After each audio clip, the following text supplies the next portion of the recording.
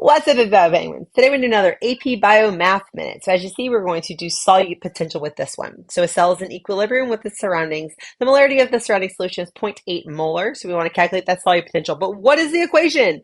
It is negative ICRT, where that I is going to stand for our ionization constant. So that's the number of ions that are created when it dissociates in water.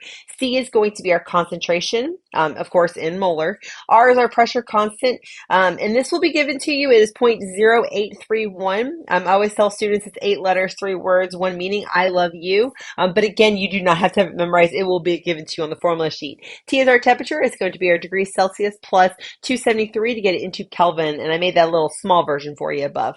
So the question didn't tell us what solute. So I'm going to do it 2 different ways. We're first going to do the solute of sodium chloride. So our ionization would be 2 because we make sodium and chlorine ions. Those are 2 ions. And then we're just writing out our different variables so that we know what we are going to sub into the equation. And so our solute potential is going to be negative 2 for, of course, 2 for our I, 0.8 molar, so moles per liter. And then we have our pressure constant. And then we're going to multiply by our temperature. Now, since we have the same thing in the numerator and the denominator, we can cross out our moles.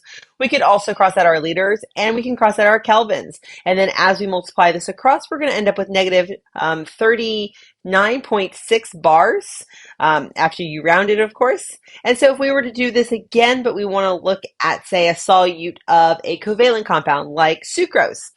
So when we have our covalent compound of sucrose, it has an ionization of 1 because it doesn't ionize in water. And again, we're writing out our different variables so that we know what we're going to be subbing into our equation. So let's go ahead and set up the equation. So negative 1, because we only have ionization of 1. Our concentration is 0.8 molar. Then we see our pressure constant of 0.0831 liter bar over mole Kelvin, and then 298 Kelvin. We go ahead and cross out those moles, and then we can cross out the liters, and then cross out the kelvins, leaving us again with bars. So our solute potential for this is going to be negative 19.8 bars.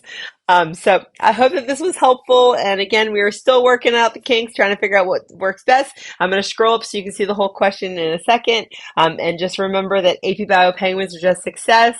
And I hope you're having a great day. Bye, y'all.